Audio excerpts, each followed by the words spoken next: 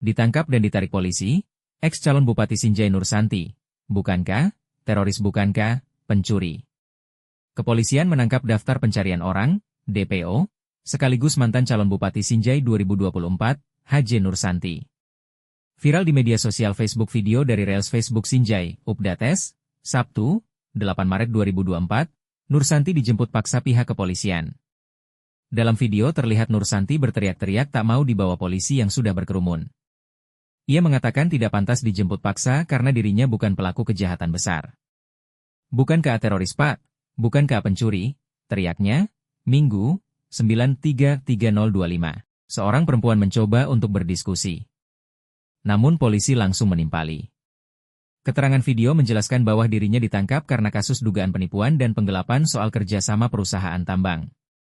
Sebelumnya diberitakan HJ Nursanti sempat ditetapkan sebagai daftar pencarian orang, DPO, Polda Sulsel. Nama HJ Nursanti masuk DPO Polda Sulsel karena tersandung kasus dugaan penipuan dan penggelapan. Namun AKBP Yerlin tidak mengungkapkan modus penipuan dan penggelapan yang dilakukan HJ Nursanti.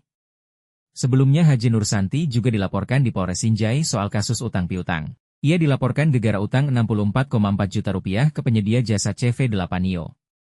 Utang HJ Nursanti itu saat kampanye akbar di Lampangan Gelora Lapa, Kamis, 21 November 2024, lalu. Direktur CV8IO, Afandi Rizwan Ansyar mengungkap awalnya utang Nursanti mencapai 234,4 juta rupiah. Afandi mengaku muak dengan sikap HJ Nursanti yang tak kunjung menyelesaikan utangnya. Sebelumnya, HJ Nursanti kembali menjadi perbincangan hangat di kalangan masyarakat di Kabupaten Sinjai, Sulawesi Selatan.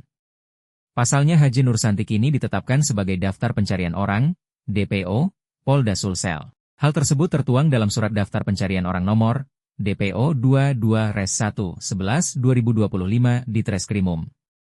Nama HJ Nursanti masuk DPO Polda Sulsel karena tersandung kasus dugaan penipuan dan penggelapan. Namun AKBP Yerlin tidak mengungkapkan modus penipuan dan penggelapan yang dilakukan HJ Nursanti. Sebelumnya HJ Nursanti juga dilaporkan di Polres Sinjai soal kasus utang piutang. Ia dilaporkan gegara utang 64,4 juta rupiah ke penyedia jasa CV8IO.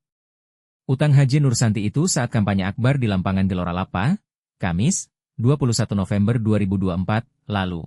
Direktur CV8IO, Afandi Rizwan Ansyar mengungkap awalnya utang Nursanti mencapai 234,4 juta rupiah. Afandi mengaku muak dengan sikap HJ Nursanti yang tak kunjung menyelesaikan utangnya.